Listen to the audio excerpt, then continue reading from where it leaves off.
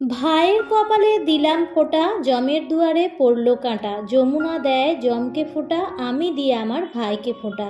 জম যেমন হয় চিরজীবী, আমার ভাই যেন হয় তেমনই চিরজীবী। নমস্কার বন্ধুরা, ভক্তিমূলক কথা চ্যানেলে জানাই আপনাদের সকলকে স্বাগত। বন্ধুরা, আশা করছি ঈশ্বরের আশীর্বাদে আপনারা প্রত্যেকেই ভালো আছেন এবং সুস্থই আছেন। সামনেই আসতে চলেছে ভাইফোঁটা। এই বছর অর্থাৎ 2024 সালের ভাইফোঁটা কবে পড়েছে, ফোঁটা দেওয়ার শুভক্ষণই বা কখন, ভাইফোঁটার ধর্মীয় গুরুত্ব ও ছোটোখাটো নিয়মবিধি। দীপাবলির দুদিন পর ভাইফোঁটার উৎসব পালন করা হয়। ভাইয়ের কপালে ফোঁটা দিয়ে থাকে তার দীর্ঘায়ু কামনার জন্য। চলে উপহার বিনিময়।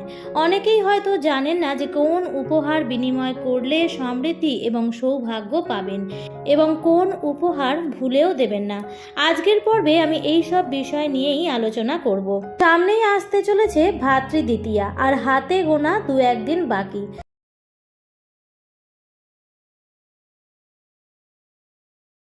শুধু সঠিক দিন জানলেই হবে না বন্ধুরা, জানতে হবে সঠিক শুভ সময়। শুভ সময় ফোঁটা দিলে ভাই ফোঁটা সার্থক হয়।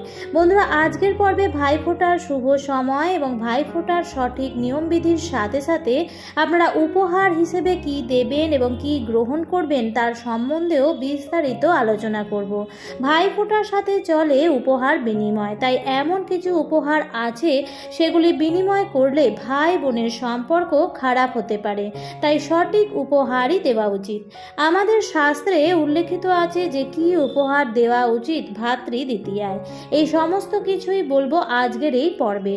তো চলুন বন্ধুরা, ভিডিওটি শুরু করা যাক। মূল পর্বে যাওয়ার আগে আমার সকল বন্ধুদের একটাই কথা বলবো যে ভিডিওটি শেষ পর্যন্ত দেখবেন এবং দেখার পর যদি ভালো লাগে তাহলে অবশ্যই ভিডিওটিতে একটি লাইক করবেন এবং কমেন্টে লিখবেন জয় মা কালীর জয়, এবং বন্ধুরা ভিডিওটি শেয়ার করে দেবেন আপনাদের নিকট আত্মীয় স্বজন এবং বন্ধু বান্ধবদের সাথে, যাতে প্রত্যেকেই এই ভিডিওটি পেয়ে উপকৃত হতে পারে। আমি আমার চ্যানেলে সাধারণত পুজো পাঠ, তত্ত্বকথা, বাস্তুবিধি এবং নানা প্রকার উপায় বিধির উপর ভিডিও বানিয়ে থাকি। চ্যানেলটি আপনার কাছে নতুন হলে সাবস্ক্রাইব করে রাখার অনুরোধ জানালাম। চলুন বন্ধুরা, বিস্তারিত আলোচনা করা যাক। প্রথমেই আপনাদের জানিয়ে দিই এই বছর ভাতৃদ্বিতীয়া কবে পড়েছে, পঞ্জিকা অনুসারে পূর্ণাঙ্গ সময়সূচি। ভাইফোঁটা পড়েছে বাংলার 5ই কার্তিক 1432, ইংরেজির 23শে অক্টোবর 2025 বৃহস্পতিবার দিন। দ্বিতীয়া তিথি লাগছে বুধবার রাত্রি 6:16 থেকে এবং দ্বিতীয়া তিথি থাকবে বৃহস্পতিবার রাত্রি 8:20 পর্যন্ত। ফোঁটা দেওয়ার শুভ সময় হচ্ছে বৃহস্পতিবার দুপুর 1:13 থেকে 3:28 পর্যন্ত। বন্ধুরা, আপনারা এই শুভক্ষণে ভাই ফোঁটা দেওয়ার চেষ্টা করবেন। রাখি পূর্ণিমার মতোই এই উৎসব ভাই বোনের জন্য কিন্তু বিশেষ। এই উৎসবকে দেশের বিভিন্ন জায়গায় বিভিন্ন নামে ডাকা হয়। ভাই ফোঁটার দিন ভাইকে ফোঁটা দেওয়াতেই সব থেকে বেশি গুরুত্ব রয়েছে। মূলত কার্তিক মাসের শুক্লপক্ষের দ্বিতীয়া তিথিতে পালিত হয় ভাইফোঁটা, তবে বাড়ি বিশেষে রয়েছে কিছু নিয়মভেদ। তাই আবার শুক্লপক্ষের প্রতিপদের দিনও বহু জায়গায় উদযাপিত হয় ভাইফোঁটা। ভাইয়ের কপালে ফোঁটা দিয়েই উৎসব পালিত হয়। এই দিন ভাইয়ের মঙ্গল কামনায় বোনেরা উপবাস পালন করেন। এই দিন বোনেরা তার ভাই বা দাদাদের কপালে চন্দন, কাজল, দইয়ের ফোঁটা পরিয়ে মন্ত্রোচ্চারণ করে তাদের মঙ্গল কামনা করে থাকেন। আবার কোথাও চলে কুমকুম তিলকের ফোঁটা। তবে যাই হোক, ভাইয়ের দীর্ঘায়ু, সুস্বাস্থ্য, মঙ্গল কামনার উদ্দেশ্যে বোনেরা এই রীতি অত্যন্ত নিষ্ঠার সঙ্গে পালন করে থাকেন। কিন্তু অনেকেই হয়তো জানেন না যে কড়ি আঙুল ব্যবহার করা হয় কেন ভাই ফোঁটা দেওয়ার সময়। আসলে নারী হচ্ছে প্রকৃতির রূপ, আর তার কড়ি আঙুল হচ্ছে মহাশূন্যের প্রতীক। আমাদের 5টা আঙুলে পঞ্চভূত তথা ক্ষিতি, অপ, তেজ, মরুদ, বোম অবস্থান করে। এই বোম কড়ি আঙুলে থাকে। এই আঙুল দিয়ে ফোঁটা দেওয়ার অর্থ হলো ভাই বোনের একে অপরের প্রতি ভালোবাসা মহাশূন্যের মতো উদার, অসীম এবং অনন্ত। তাই ভাই বোনের ভালোবাসাকে অটুট রাখতে এবং সম্পর্ককে আরও মধুর করতে এই কড়ি আঙুলে ফোঁটা দেওয়ার প্রচলন রয়েছে। এবার আমি আপনাদের বলে দেব ভাইফোঁটা দেওয়ার সময় থালাতে কি কি জিনিস সাজাবেন এবং কোন দিকে মুখ করে বসাবেন। বোনেরা ভাইদের মঙ্গল কামনায় স্নান সেরে শুদ্ধ বস্ত্র পরে উপবাস থেকে ফোঁটা দিয়ে থাকেন। ভাইকে পূর্ব দিকে বা উত্তর দিকে মুখ করে আসন পেতে বসাবেন। একটি থালার মধ্যে নেওয়া হয় ধান, দুব্বা, পান, সুপারি, অল্প আতপ চাল আর চন্দন বাটা। অনেক জায়গায় আবার দই দিয়েও ফোঁটা দেওয়া হয়ে থাকে। অপর একটি থালার মধ্যে রাখা হয় ঘিয়ের প্রদীপ আর থাকে একটি শঙ্খ। যে কোনো অনুষ্ঠানে শঙ্খ ধ্বনি, উলুধ্বনি ছাড়া কিন্তু হয় না। এবার বলি উপহারের কথা। শাস্ত্রমতে যে উপহারটি সোনা রূপার পর আপনারা দিতে পারেন সেটি হলো বস্ত্র।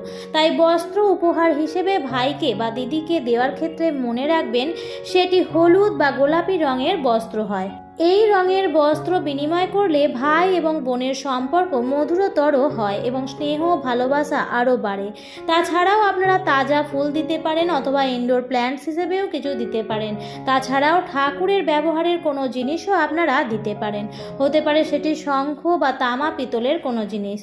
এর ফলে কিন্তু ভাই এবং বোন দুজনারই সৌভাগ্য সমৃদ্ধি আসবে। কথিত আছে এই বিশেষ দিনে বোন যমুনার আমন্ত্রণে তার বাড়িতে আহার করতে এসেছিলেন যমরাজ। দীর্ঘদিন দেখা না পেয়ে যমুনা ভাইকে নিয়ে খুব চিন্তায় ছিলেন। তার পথ চেয়ে বসেছিলেন।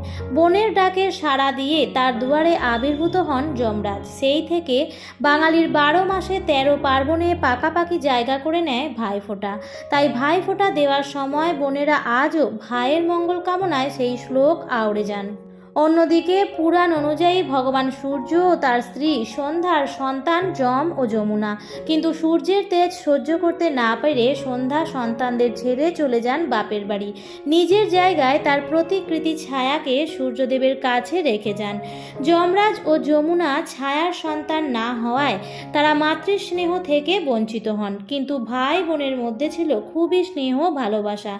বোনের বিয়ের পর যমরাজ বোনের ডাকে দ্বিতীয়ার দিন পৌঁছে যান যমুনার বাড়ি। তখন খুশিতে ডগমগ হয়ে ওঠেন যমুনা। যমরাজকে ফোঁটা দিয়ে পুজো করেন। তারপর থেকেই কার্তিক মাসের শুক্লপক্ষের দ্বিতীয়া তিথিতে ভাই ফোঁটা পালন করা হয়। যাই হোক বন্ধুরা, আমার আজকের পর্বটি এই পর্যন্তই। ভিডিওটি দেখে যদি ভালো লাগে তাহলে অবশ্যই লাইক, কমেন্ট, শেয়ার করবেন বন্ধুরা। আর যদি ভিডিওটি আপনি প্রথম দেখে থাকেন তাহলে চ্যানেলটিকে সাবস্ক্রাইব করে আমার সাথে থাকবেন। আবার দেখা হবে পরবর্তী নতুন ভিডিওতে।